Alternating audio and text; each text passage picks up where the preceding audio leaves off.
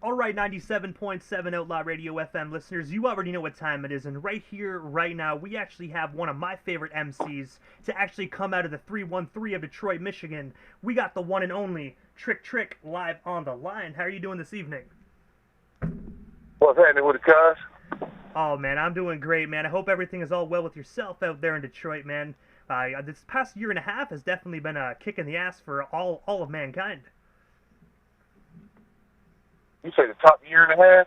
I would say that, but I think the whole COVID thing started going down. I think it was like a year and a half ago, but it's been going on for so long. It's hard to keep track how long it actually has been. Right. Yeah, I ain't really, I'm okay. During COVID, I might have I lost one day, and then I lost 3 weeks when I got sick. Other than that, I was business as usual. I didn't miss a fucking beat. I got sick. I had laying down, of course, for a couple of weeks. Then that last week, just kind of letting everything clear up before I came out. I mean, I'm still calling shots and making plays, but shit, I ain't letting this shit slow me down, bro. But also, Trick, I know you're a very busy individual, man, so I'm going to dive right into this broadcast, but I want to take you back to the very beginning, even before your solo career, where you were actually a member and the leader of legendary hip-hop group, the Goon Squad. I was wondering, what is the story behind that group, and of course, how did you actually initially meet the other members? Well, at first, I started the Goon Squad in the penitentiary. I was in Ionia prison. It was called HMTU, Hammond Michigan Training Unit in Ionia, Michigan. And I got the whole idea for Goon Squad, you know what I'm saying, in there. When I came home, my friends, when I got out was Styles, Proof, and Freaky Live, my homeboy Freaky Live. So we, Goons, I was always Goon Squad, but then, when you put out the squad, you're gonna put out something. It was like my first album was called Goon Squad from Death. It was really, me doing every damn thing. So, it was just, me and the homie. Then, after a while, I was with Click Boom. When I fired back to Click Boom Records, Click basically bestowed upon me this unit of people just like me. And I put them in the studio. Because, they wasn't rappers, they was gangsters. And I felt like, shit, y'all need to be, if I could turn this dollar around, y'all can too. So let's try to try to build some, because always felt like, I had a right to say everything I said on my records, good or bad. I always say I'm never going to speak falsehoods in my music. So if I say it, it's real. You know what I'm saying? So these guys that I was around all the time and getting money with, they were equally eligible to spit the same shit, if not worse, if they wanted to. And so I was like, come on, let's go to the studio. I did a record on the Click Boom compilation called Who Behind Me. There's only one rapper on that song, and that was Proof. Rest in peace, Big Proof. And the rest of the motherfuckers on that song was all stone cold G's, you know what I mean? And so when you take people like this, like us, to the studio, and I'm saying people like them because I took them to the studio, they develop a whole nother respect and love for you, which means they'll do whatever they feel deemed necessary to protect you. And, at the time, it just became like, now the Goon Squad is, hundreds of fucking people. It went from being a rap thing to a game back to, we still got, hella members in Goon Squad all over the country now, so, we don't treat it like Wu-Tang, which we should have, but I don't like the music industry, you know what I mean? So, but we treat Goon Squad like it is what it is. If I got a issue with somebody in another city, where Goon Squad is at, I'm going to make that phone call and get that taken care of. If I need to run into somebody or need to get some information to somebody in another state, another city, I call somebody from Goon Squad from that city, from that area, and say, yo, I need to see so-and-so. I need you to go find so-and-so. I need you to go holler at you, you know. So, you know, it's a process. It's been 30-plus years. GSM for life, baby. And also, as well, one of my personal favorite Goon Squad tracks is actually one of your guys' most famous ones as well, titled "Everywhere We Go, We Deep." I was wondering, what is the story behind that iconic single? And of course, when you actually first heard it, did you think it would blow up to be as big as it actually is today? I didn't know, because we just made music just because we loved it. So I didn't know it was going to blow up and all that shit. I just made a record and just, had fun while I was doing it.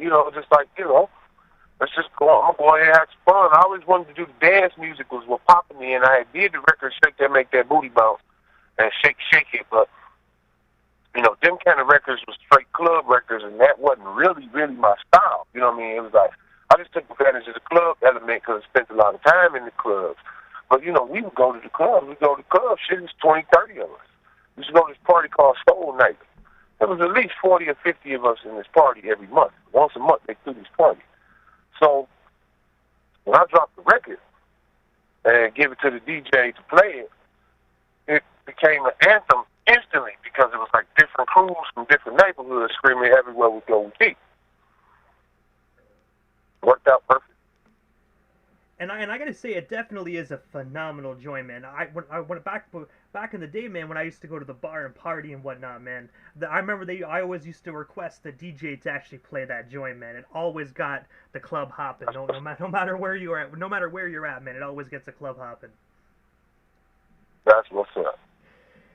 But also, as well, in 2001, the Goon Squad actually released my personal favorite record on Who Want It on the label Time Entertainment. I was wondering if you could tell us a bit more about that iconic record, and of course, how did that deal with Time initially come to be for you guys? Well, Time Entertainment is my company. I started Time Entertainment when I got out of prison as my own production company. So, to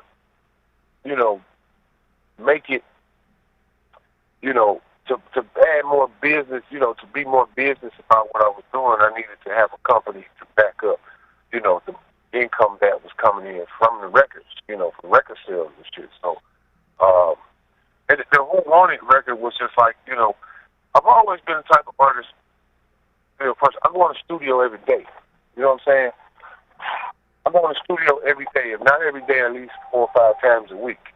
And, when you live that life, that studio life, you're in the studio all the time, you're in there working. You're in there creating, being creative and making beats and I'm a producer. So I produce every track we talking about. I produced over 90% of the tracks I ever rapped on. So it was like, we in the studio, shit, and we got 30, 40 records. Let's pick 11, 12, 13, 14, whatever it is of them, and let's put out a project. I always try to keep something. You can't keep all the music to yourself, even though my playlist consists of 70% my own music, and and over 70% of that is music that's never been released. So it's for various reasons I don't release some records because I use my musical abilities as an outlet for my I won't call it personal issues, but somewhat personal issues, Therefore, giving me an outlet to release tension and anger and, or good feelings and good vibes onto, I've always been a very personal, private person. So the studio is where I vent. I ain't talking to no shrink. I talk to this microphone. I'm not talking to no shrink or talking to nobody else about my problem. I drop my hands on the keyboard and let it walk and let it, let my spirit walk for me and, be creative. So when you put, that album was just like, let's just put something out. because it was a dark ass time for us. We had just lost Click in '99, in 2090. I mean in 1999, and when he died, it was just like shit. Click was Click Boom Records. He was a label. I had another homie named Peanut who owned a label called For Show, and Peanut had got sentenced to 188 months in federal penitentiary. So it's like I'm out here by myself now. You know, I don't have a record label back me, Click Boom Records or the For Show Records back me financially. So I got to rely on my hustle and my income to try to put out a project that'll, you know, help generate some income and, you know, attempt to stay relevant in the music business at the time. So yeah, that was that. And I gotta say as well, with the record "Who Want It," man, the one song that I personally always enjoyed was "Can't Forget," the one that you actually did personally for the late great Aaliyah, man. Such a beautiful, phenomenal track. Wow, yo, that's crazy. Now, BC, that record was only released just like we gave Barry Bill a chance, and he too had his own distribution situation set up. He was distributing it. We had a couple more stores that we did consignment agreements with. So it was all straight independent because that was the only things I knew. I was never on a real industry-style record label until 2005. So all those years, it was a straight independent. So we collected everything on every record, everything I ever put out. You know, so it was cool. Yeah, but that record, you know, I did that record when she died. Like, you know, we had an emotional moment in Detroit when Aaliyah died. You know, that was our baby. You know what I mean? And like we all knew her. She stayed not too far from us, so I knew her uncle Barry. You know, her little brother, you know, and just her being a Detroit artist, you know, she was like baby girl, you know what I mean? She was an icon to the young ladies, and, you know, she did what she did exceptionally well. We embraced her from the gate, you know, and so when she died, it was just so fucked up. It was like, just what the fuck is this? Like, Aaliyah? Come on, bro. Like, how did this happen? What the fuck is this? You know what I mean? It really hurt for a lot of us, you know. So, and you know, like I said, my outlet is go in the studio and let it out. And also as well, Trick. Yeah. Oh, my apologies. No, you good. I was going to say also in 2004, you actually ventured into the acting side of the entertainment industry as well, where you actually starred alongside Mr. Cheeks in the movie titled The Brewster Project. I was wondering, what actually made you decide to venture into acting, and of course, what was it like just partaking in that film? Well, honestly, before I did the Brewster Project, I did a movie called Joy Road, which before it was called Joy Road, it was called MVP. And I started alongside Wood Harris, Nebuchadnezzar Wright, and Roger Wilbur Smith, and Oba. And it was, you know, they were delayed with that film because of the, the such a high profile film it was, because all of those actors are phenomenal actors. The director, great guy, great director. It was just an awesome project that MVP, which was later turned to Joy Road, which wasn't released until '05.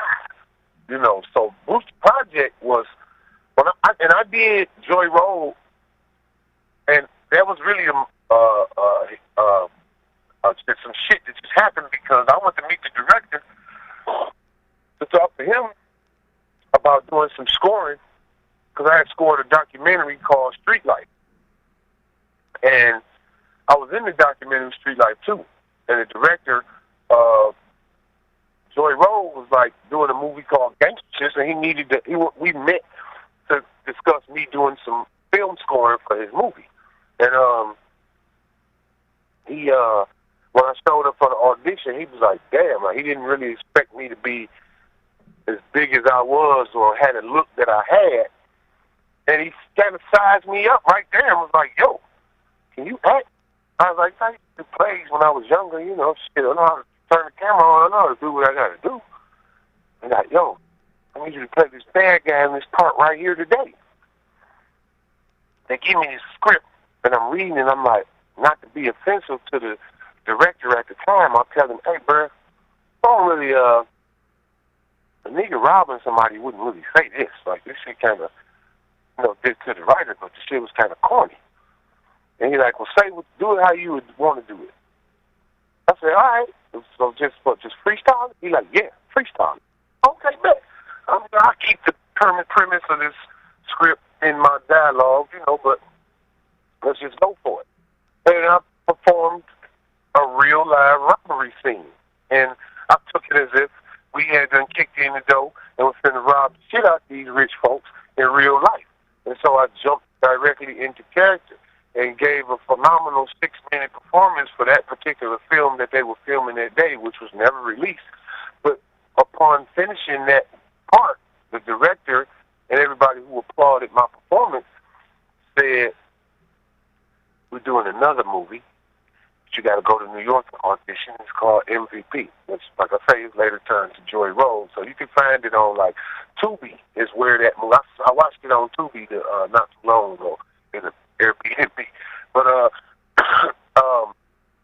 he said go to New York to audition for this film, and I'm like, all right. I told my girl, like, come on, let's go to New York. I got to go audition for this movie. So, and when I showed up in character without the script, because I had studied the script, the part. And long story short, I nailed it and got the role. So after I got the role, I got paid off the movie, and I picked up some instrumentals and some music on the project. My manager at the time, Mikey Eckstein, was like, yo, there's this guy doing this movie with Mr. Cheeks and Robert Trailer, Tractor Trailer, and Farrah Franklin, who's one of the original members of Destiny's Child, and what's my man name? Mike Shorey. And he was like, they want you in Paradigm to be in the movie, and we like, all right, fuck it. We just desperate, and you could call and say, we want you to do a movie, and we just say, fuck it, and I'll just say, fuck it, and do it. Now, I turn down more scripts now than I change drawings damn near. I'm literally turning down a script every 2 weeks, like, yo, what the fuck? I'm turning down scripts like I buy new drawers, and I buy new drawers monthly. So I'm always turning down scripts. Back then, I was like, fuck it. And then we did the Brewster Project. I'm just doing my part, and I finally saw the finished product, and I didn't like it. I didn't like the movie.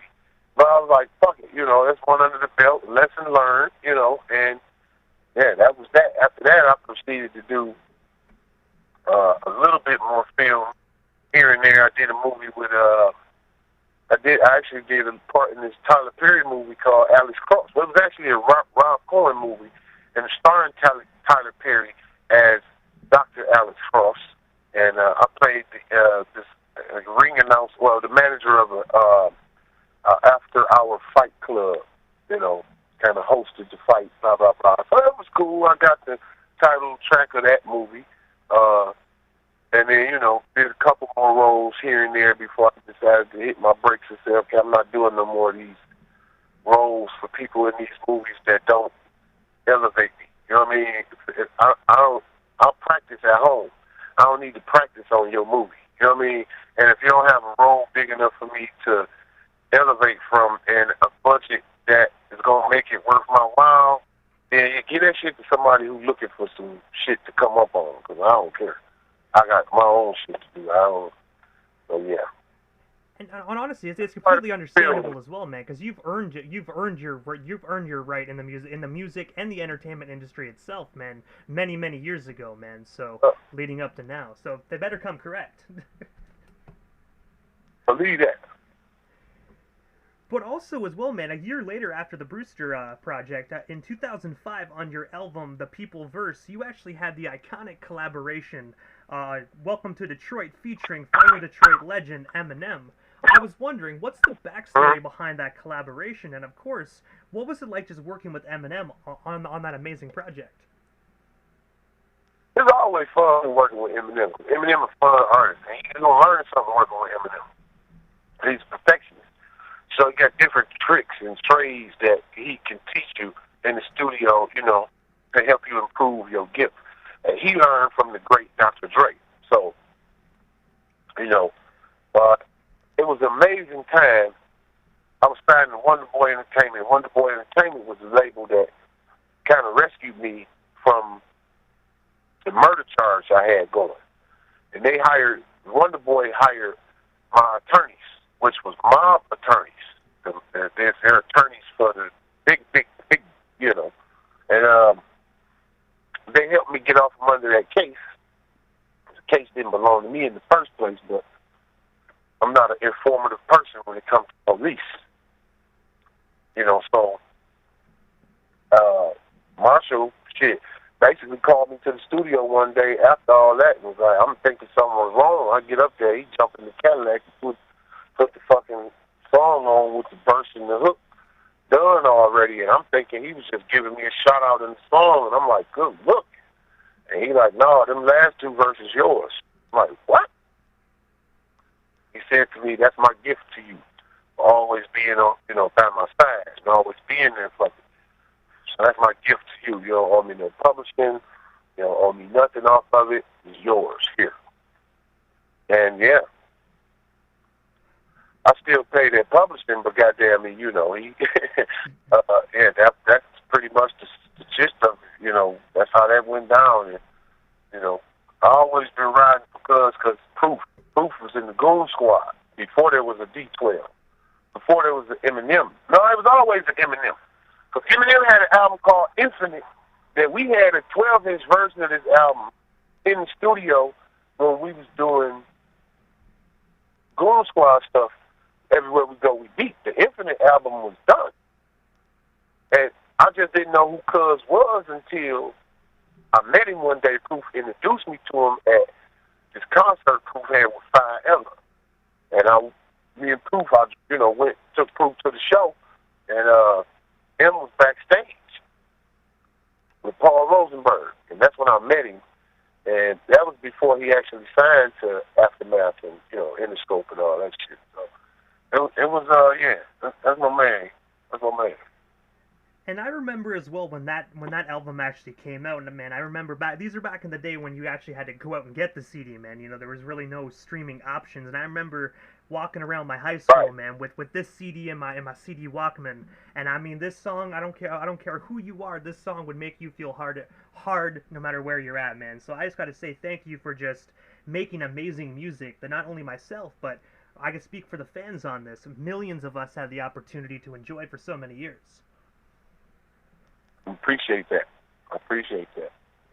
And also as well, in 2007 and 2020, you actually took home the Detroit Music Award for Outstanding Hip-Hop Artist/Group.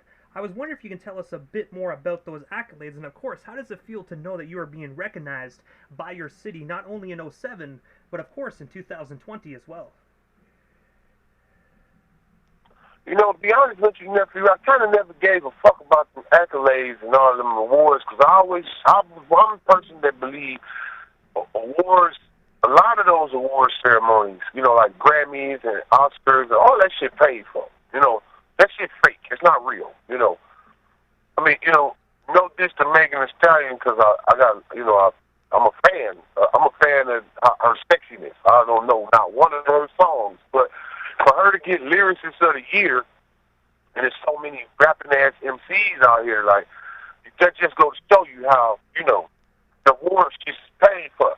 So whenever I would get them back in the day, it was like, wow, like, damn, I wasn't expecting that, because I ain't paid for this motherfucker, and I just go in the studio as my therapy. I don't go in the studio as an artist. I don't go in the studio. I hate going in the studio as an artist. Be as a recording artist. Put it that way. I like going in the studio as an artist, but that's my therapy. Not a recording artist, but an artist. Just let me go in here and paint my picture. Let me go in here and build my art the way I want it to. And a lot of times during some of those past times, my artistry was interrupted by industry shit. And the industry say, you need to have a song like this. I was being influenced by industry personnel and industry people, heavyweights to do things the way they thought I should, instead of the fucking way I wanted to. So some songs you can hear, yeah, he did, that's his shit right there. Some songs you can hear, but then he was just trying to do some industry shit, right? And I believe it hindered me in some aspects in my past.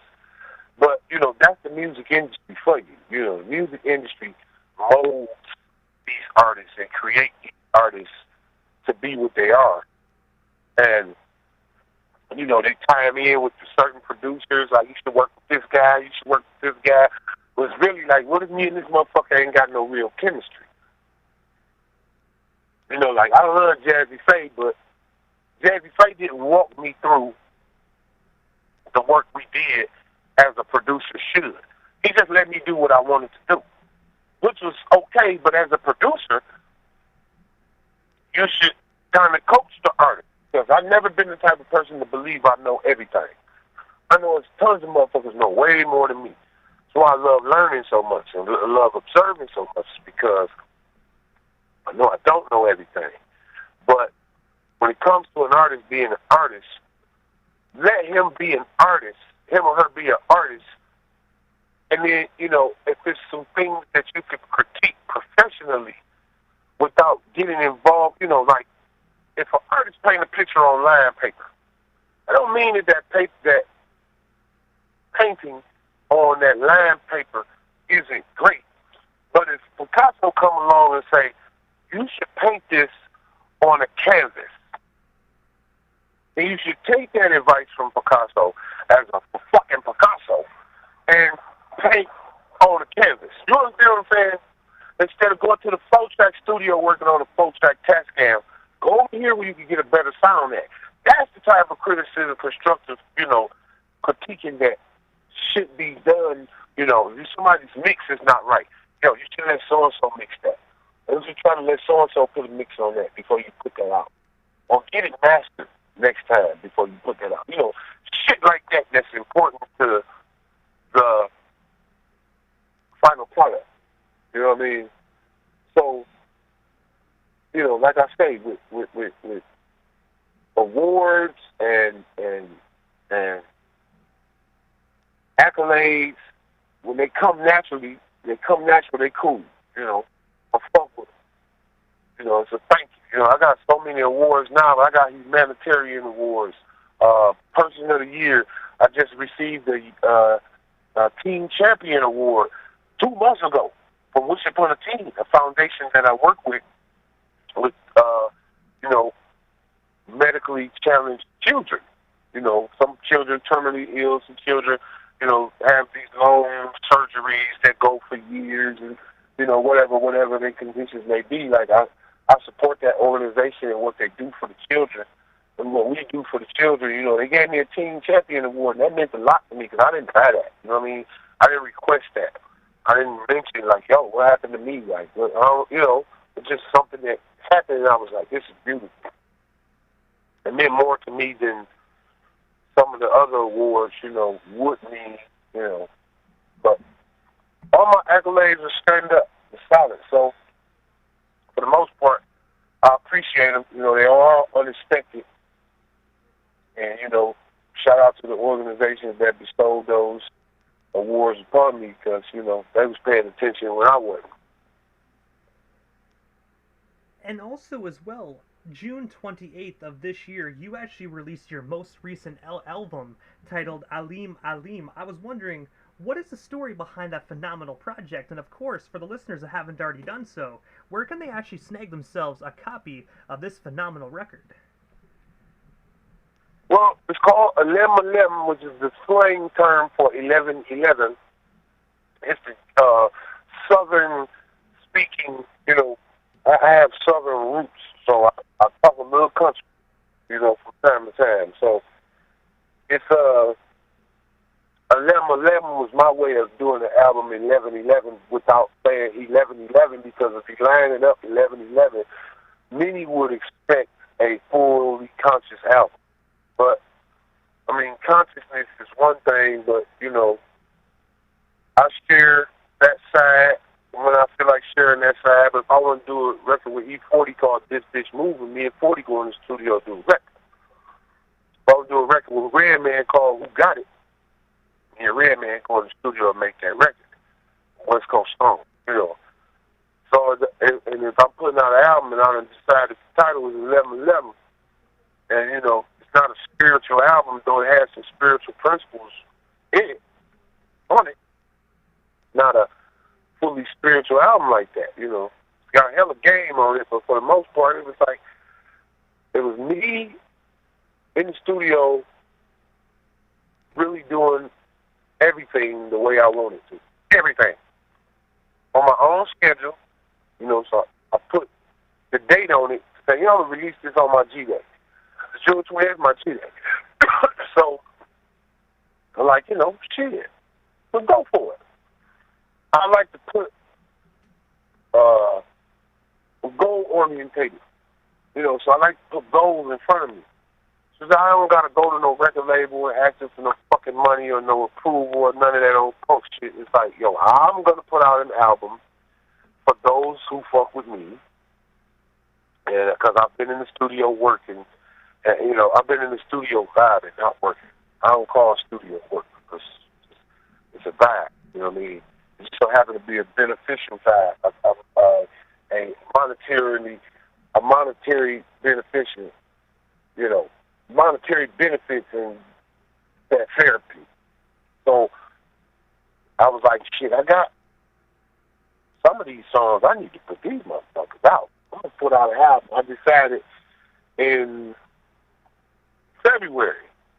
No, I'm sorry. I decided in March that I was going to put an album out. And I was like, you know what? Yeah, I'm going to put an album out on my birthday. So, you know, I just started picking through songs, mixing. You know, I had 20-something songs to choose from, and was actually recording more towards the finish line, because me and Redman didn't do Who Got It until 3 weeks before the album come out. And he called to check on me because I had got sick 420 weekend. And, you know, he was like, yo, man, making sure you straight, because we lost a lot of pioneers this year. You know, we lost DMX stuff. Goddamn, this was before Biz Markie died, but, you know, we had lost a lot of hip-hop artists, so it was like, you know, Redman really gave a fuck and called to check on me. And then he said, what you doing? I'm in the studio. He said, what you working on? I'm working on my album. He said, you ain't putting that motherfucker out without me on it. I'm like, hell no, I ain't putting it out without you on it.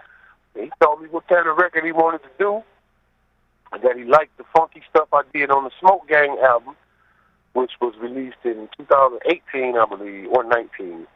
I put out the Smoke Gang album because I'm heavy in the cannabis industry, so I decided I needed to put out a cannabis album. So I went to L.A. and did some work with Snoop, Wiz Khalifa, Be Real, DJ Premier. So I just kind of went on a little, you know, move and just kind of recorded with my friends, my cannabis buddies, you know. You know, my friends, but, you know, we smoke weed together. You know, we build businesses together. So it's like, yo, I'm doing this album, yo, I need you to get down. And it was all love. So that Redman really liked that album. So he was like, yo, I need to be on some funky shit like this. Okay, well, let me call the producer that did that track. Bet She Wanna Smoke. West Coast Stone produced it. So I called West Coast Stone, like, yo, Redman on the phone right now, and he ready to do a song for my album. We need some funky shit. And Stone worked on that track all night. I told him about 3 o'clock in the morning to shut it down. And when he get up, walk straight in there before he brushes his teeth. Go straight into his studio and play the bass line. And that's where Who Got It came from. So that album was just a process of, you know, me having fun and me doing the album. And 1111 is about self-consciousness. You know, it's about you being in line spiritually with the universe. And in order to be in line spiritually with the universe, you got to be true to yourself. You know what I mean? Because being spiritually in line means being one. So mind, body, and spirit. And in order to be that way, you have to be true to yourself. Can't fool your fucking self. Many people try, but you know, you can't play with yourself. So you gotta let yourself. I let myself flow within the vibe. You know, just go, just go. Don't fuck all of the other shit. Just go. Even in the mixing process, in the mastering process, you know, it was like, just go. What feel good? How good does it feel? And when I get tired, shut it off and go home and come back and do some more later. You know, instead of I gotta make this date. It's like, yeah, the date's gonna come and we're gonna be ready and we're gonna have a phenomenal project. And we do. 1111 is a super phenomenal project. And I absolutely love it from A to Z, from all 14 tracks. And, you know, I work with some of my favorite people on that album, from West Coast Stone to Diesel to Redman. Always been a fan of Redman since What the Album. You know, he dropped in the 90s. His first album with Blow Your Mind, and the Blow Your Mind remix, like, I played that shit like I made it, you know. At one point, I was like, the whole Redman style was like, I was adapting to it, but, you know, I'm a 7 Mile nigga, 7 Mile Crip nigga. I'm going to always be a 7 Mile Crip nigga, but, you know, I just like the way Redman's vibe was. And so to do a song with him finally, you know, this distance from me, you know, this distance of time from me being a fan of his in the beginning to now, it was like, yo, this is some universal shit. You know, it was like, this is the shit I'm talking about, you know, when the universe just moved in your favor, because bro was just calling the chick on me, and we ended up doing a badass record that we still have intent to do video to it, but we got to get these schedules lined up, and, you know, and doing E40. Me and E40 been family for 15 years, 10 years. And we never talked about doing nothing in the studio together. It's just, he'd be like, yo, he'd call me, be like, I'm pulling up. I got a show, so-and-so, pull up on me. And, you know, I pull up on him and Muggs and his wife, and, you know, with family. You know, we just sit and kick it about sports and food and cooking and seasons and all the other shit except rap. And then one day, 40 called me and said, yo, I'm doing some shit for my album. I need to get you on my album. I say, that brings me to my next question. I'm doing an album too. And, yeah, we did that, you know. We did. I got a song with Bumpy Knuckles, What Part of the Game. My nephew, Ant Beats, produced a lot of, you know, a few tracks on there. We got the new song with the new video, Fuck It Up, which showcases the native Detroit art of shitting, footwork, you know. Shit is a Detroit dance. And I knew I wanted to do a video that showcased the Detroit vibe, you know, and an up-tempo record, you know, and like how we used to do in the Goon Squad days, you know. And it was just a lot of fun. We achieved a phenomenal product, and that album is available on all digital platforms. We released it digitally, or you can buy a physical copy of it on TrickTrickMerch.com, or you can also get No Fly Zone shirts and Smoke Gang trays and Smoke Gang bandanas and GSM hats. You know, you want to be with GSM, you can get Trick jerseys, GSM jerseys. So you want to be part of GSM, you know, you support the GSM movement and shit. If I spot you, I'm going to recognize you, you know what I mean? And we're going to vibe like that, because, you know, somebody wearing a Trick shirt, you know, I will be more in tune to having a conversation with a motherfucker wearing a Trick shirt than a person wearing something else. You know what I mean? So when people support my merchandise and support, I really, like, appreciate that shit so much. I feel like the GSM movement is no longer this mafia gang, but it kind of is. And if you're if you support the movement, then you with us, you know. And you know, that's what. But I'm just saying to say that those things are also available at TrickTrickMerch.com, and you can get a physical copy of the album on TrickTrickMerch.com. But for the most part, you want to snag it now. iTunes, Apple Music, Spotify, Tidal, et cetera, all of the platforms, you know. It's delivered to all the digital stores, be it at TuneCore. So. And also, as well, I actually read that yourself and Bumpy Knuckles actually recorded a project that isn't actually released yet, titled OGP, that you are also shooting a musical film for as well.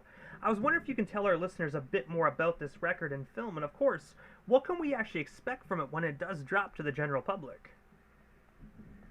Well, me and Bumpy and Tretch from Naughty Dot Nature had this group called OGology. And we didn't get to the final stages of releasing that project for various reasons. And me and Bumpy always, Bumpy is very talented, Bumpy Knuckles is, we just alike, He's a studio head. He's a hip-hop head. He's a musician. He's a protector. He's a protector of his environment. He's a protector of righteousness. He's a protector of fairness. He's a protector and a advocate for understanding. What some people might call violent gangster. But if you cross me, you need to learn. I have to take you out of your fucking comfort zone to help you understand how much of a bad decision that you made against me. And Bumpy Knuckles is the same way. I created No Fly Zone. He created Industry Shakedown.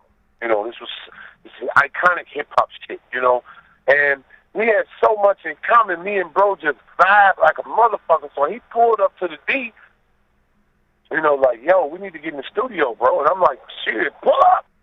And he pulled up, we went into the Blue Room and we just vibed out. I'm opening my production folder. We started going through beats and he like, yo, son, that's hot right there. And we just turned the mic on and just go. And the whole album, we just went. We didn't, and we should do a song like this, like for the radio and all that. We like, no. Play some music, play some beats, and when we say that right there, go. And we didn't even pull out the ink pen or the notepad. It's like, all right, how about this, bro? I'm going to go in there and spit until I want to pass the ball. And I'm just going to pass the ball. It could be in the middle of a sentence, the middle of a bar. You got to finish the rest of it. Let's do this whole album like this. Well, whole GP like this. GP is 7 songs. I released another GP called Gatekeeper a few years back. That's a GP. It's 7 songs. One of my favorite bodies of work from myself as well. And so me and Bumpy just kind of went in the studio and we vibed it all the way out, bro, and and it was so dope. We got to the fork in the road where we was like, okay, what the fuck is we finna do with this? Like, we gonna put this out. This ain't no go see the DJs and all that old shit and go to the radio. And I don't even feel like fuck that whole industry vibe. Like, that ain't what I want out of this project. And I was like, we need to shoot a movie to it. We need to write a script. Now we're gonna pull out the ink pen. We'll write a script, I'll write a script, and then we're going to go back and forth until we get the script all the way together and line it up with these songs that we recorded and do a musical.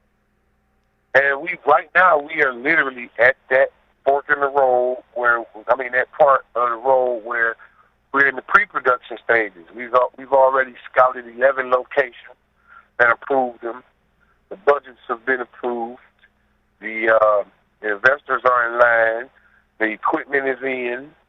The staff is, been warned, been hired for the most part. A lot of us with the producer, Mikey Eckstein. I'm directing it.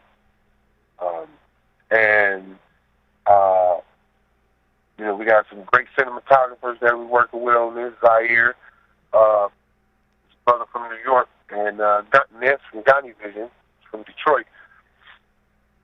And we're gonna get it cracking. We're gonna produce a phenomenal project that we will in turn choose to share and get it to one of the distributors. Because when I did the Smoke Gang album, I'll tell you something about Smoke Gang album is I had to beat the date 420.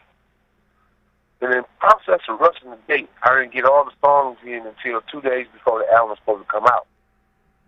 So I didn't get a chance to master the album. And I felt like that album album didn't get the attention it deserved or the action it needed. And I love that Smoke Gang album. So I said, I'm going to do a movie and make this Smoke Gang album the soundtrack. So I did another movie called The Last 24, which is done, wrapped up in the box, a couple of sound issues, and now it's at coloring. It's being colored. So, I just took the same analogy from the Smoke Gang and The Last 24 movie and applied it to this one. So that gave me 2 films under my belt, under my own production company, my own film company, and get those out to some distribution outlets where we can share that shit with the world. So that's, and the title of the movie me and Bumpy Knuckles is doing, the OGP project, is called Get It, Got It, Gone. And also, Trick, I have to ask, man, what is next for yourself? Because I do know that we only touch base on, like, a sliver of your legendary career this evening here on the radio station, but is there anything we happen to miss? Anything else you still want to talk about or promote? Well, we still got you here live on the radio station airwaves this evening. Well, I don't know if the Canadian audience can indulge in, you can't cross the border with my weed, but I have a cannabis brand called Heavyweight Heads, which actually produces the best cannabis in the United States of America. And I'm not the only person that feels that way, And when I say the best cannabis in the United States of America, I mean the best cannabis in the United States of America. Heavyweight Heads, I have various strains: Sunshine, Orangutan, Wet Pea, Cream Soda, Pink Flamingo, and now we did deals with Cookies, which I also have business with a company called Gage Cannabis Company, which also works as a licensee of the Cookies brand to open cookie stores up in Detroit. So if you're coming over here to smoke, come to the D, goddamn, you pull up that Cookies and get you some of that Orangutan or Sunshine or any one of the dispensaries that carry it, because we're on the market in the metric system, where the product goes through testing and it hits the shelf, and, it's available to everybody and not, sold underground anymore. So that is one of my biggest things right there, the cannabis brand, the Heavyweight Heads, the Gauge, the Cookies. Smoke Gang Clothing, which we just got finished doing inventory with the clothing line just now, because those pieces will only be available in select stores throughout Michigan, unless you order it from one of those stores, they decide to ship it to you. So they're unique pieces of Smoke Gang clothing. So I'm doing a lot with the Smoke Gang brand. And my number one stunner now, outside of the film I'm about to do, is the Fly Zone radio show, which airs on Sirius XM on Thursdays at 10 p.m. on M&M station Shade 45. And we revamped that show and turned it into a beautiful thing, because the show consists of myself, my siblings, my other 4 siblings, my 2 little brothers, my little sister, and my older sister.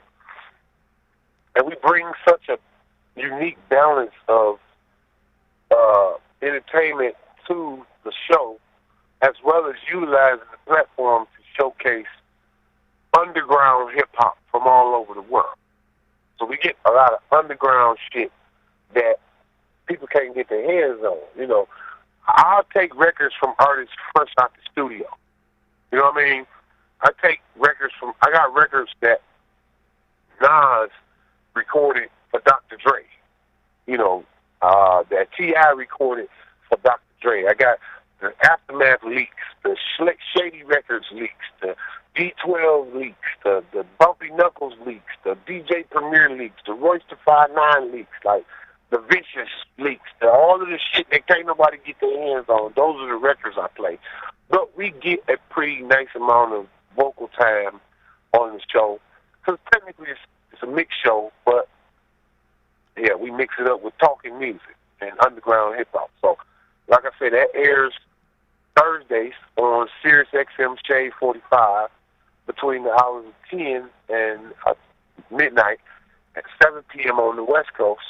And it's also available for viewing on YouTube, which I really get a kick out of watching. Because when I watch it, I don't watch it as I'm watching myself. I watch it as it's some funny shit. Like, it is hilarious, bro. Like, it's hilarious.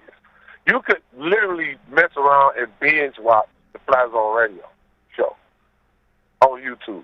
It can happen. I've actually seen it happen.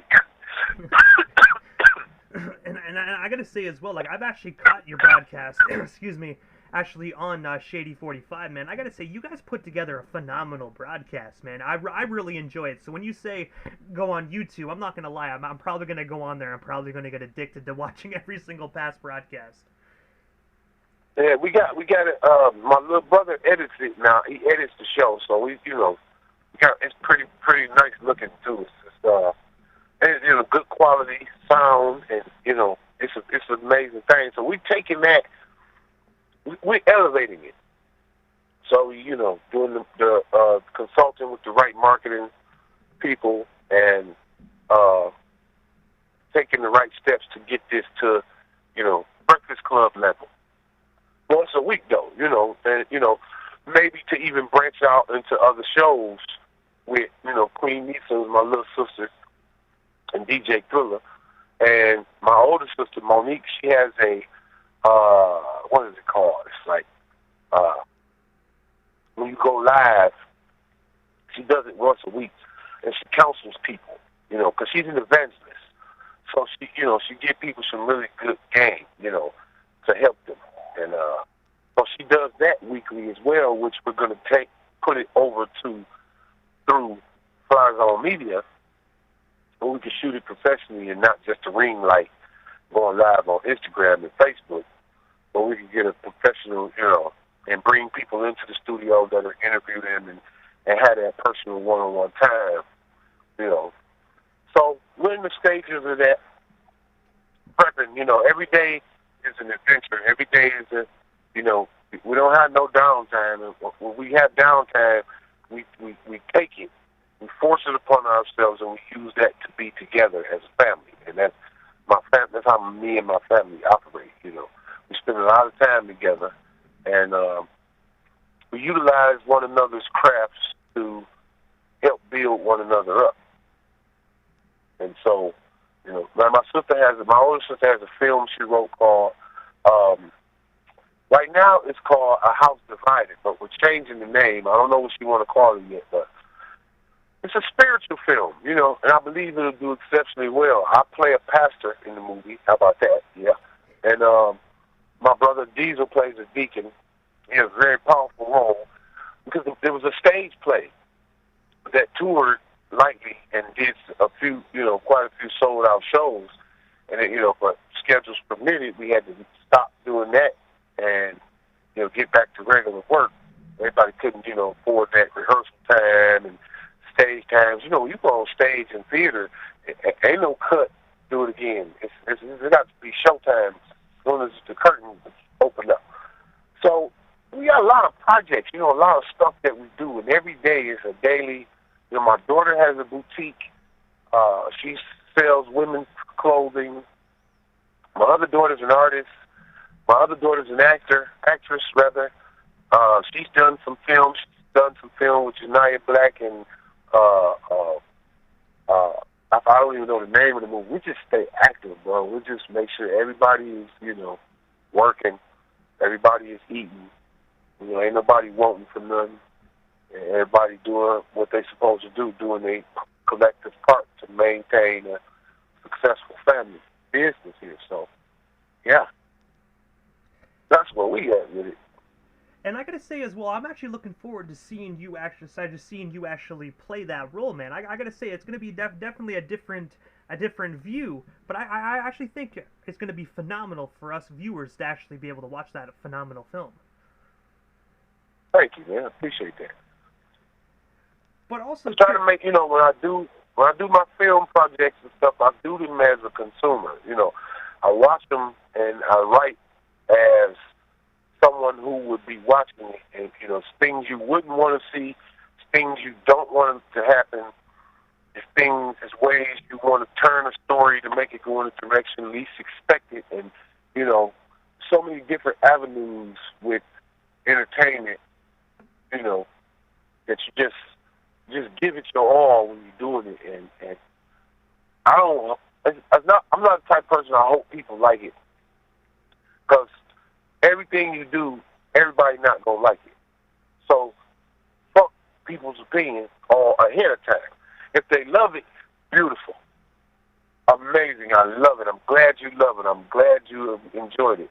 If you didn't, fuck you. It's not for you. You know what I mean? So we set that type of shit aside ahead of time and do the work and enjoy the gifts of the talent, the gifts of talent as an appreciative being that are appreciative of the ability that we can actually do this. You know what I mean? A lot of people dream. A lot of people wish they could do this and wish they could do that, and I want to do this, or I'm thinking about doing this. We do it, all of it, and that means more to us than anything. The completion of it, the completion of a quality product. It's like with cannabis. It's not hard to plant a seed and grow a flower under a light. That's the plant. The flower's going to do that on its own. Can you grow a quality product? Can you record a quality product? Can you film a quality product where you can be honest with yourself about the quality of your product? You know what I mean? Instead of being so excited about being able to do, anybody can rap, but can you rap like yourself? Can you create a sound that's your own individual sound? Can you produce your own identity instead of producing what everybody else is doing? That's the task. Anybody can go in the studio and sound like Drake, Lil Baby, Da Baby, This Baby, Big Baby, and all the rest of the whatever artists that, do rap. But let's be honest, majority of the artists that are broadcasted and shined upon in this day and age in music are significantly similar to one another, which hip-hop, mainstream hip-hop lacks individuality, but for the most part it always has. So, whatever. Thank God for Kanye. Thank God for Jay-Z. Thank God for Eminem and, Redman, Royce. People, when you hear their voices, say, hey, that's Dre. That's Snoop. Let's be real. That's Trick. That's Marshall. That's Royce. That's Fat Sour. That's Guilty Simpson.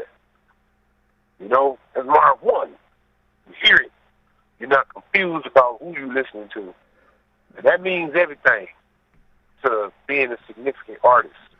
And, being able to continue to do that and love it. As a lot of people say, you're in your 40s, you still doing it. Yeah, motherfucker, because I own the studio. Why not? You tell me why not. Why would I own a studio and not go in that motherfucker and record music myself? If my studio ain't open to the public, that's my shit. All $2 million worth of it. I own it. It's mine. I do what the fuck I want to do in here. These are my movie cameras. I'm turning motherfuckers on when I get ready. I'm going to shoot what I want to shoot. When I get ready, I'm going to shoot what I want to shoot. And I know I need to shoot something, so I'm going to write it. I'll write the script in final draft, which is the application to properly write a script. I'll complete the script and do the script report and the location report and the cast report. I'll produce that motherfucker myself. I'll finance it myself. I'll score it and edit it myself. And be proud of my work because I know I learned from experience. Lesson bought is a lesson taught. I bought many lessons in my life. Damn, it cost me my life. But I learned, I lived, and I'll continue to move forward. And it's better to move forward with your family. So coming. We coming. We here. We here already. We here. We're going to see a lot of the Mathis family. You're going to see my family for a minute. You're going to see my family for a long time. You're going to see my grandchildren in the future. Believe that. Believe that. Doing great things, big things, beautiful things, amazing things, all the time. We believe in speaking our lifestyles into existence. We believe in working as a unit. We believe in positivity. We believe in problem solving. You know, problem solving is solving problems, not laying on it. What the fuck is the sense of laying on the problem when the problem's been identified? The only thing to do at that point is to create a solution, correct? That's what we're about. Everybody can't do that. That's what makes us significant. We problem solvers. I've always been problem solvers. I solved the problem of Detroit hip-hop being overlooked for years. 20 years they looked over my city until I made them pay attention. I made them pay attention to each other first, then made the world pay attention to us. And now you got Detroit artists all over the place, shining, looking good on BMF, Stars, you know, and on MTV and BET. And at the awards ceremony, they look good. They're my babies. It's Uncle Trick's babies. You know what I mean? It's my nieces and nephews. I put forth that sacrifice to make sure that, you know, it was always bigger than me.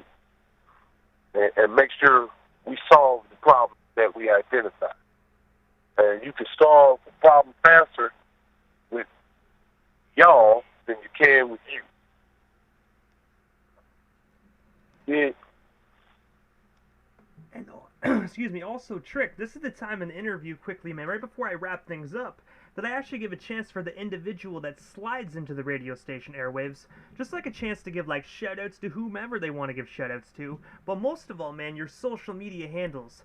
That way our listeners can follow you and stay updated on everything you got going if they're not already doing so. But this is an old school hip-hop radio station, so I already hope they already hit that follow button on the legendary Trick. Yeah, you can follow me at TrickGS. That's me, all day. I don't be on Instagram that much like that. I, you know, try to post at least 2 or 3 times a day. The people like, you gotta get content. I believe in mystery. I believe in you don't need to know everything about my life. You don't need to know when I spend $20,000 in the store. You don't need to know when I'm taking my family on vacation. You don't need to know when I'm in Vegas or Miami or on a boat or on a yacht. Or you don't need to know, you know, everything. You leave a mystery, you know. But that is my Instagram, at TrickGS. I love cracking jokes on that motherfucker. I ain't gonna front. I'll be saying some funny shit on there because I get it from my cousin. But at TrickGS, Instagram. I don't really deal with the Facebook, but it's lined up with the Instagram, so it's there. But I don't answer it. Like one social media outlet is enough.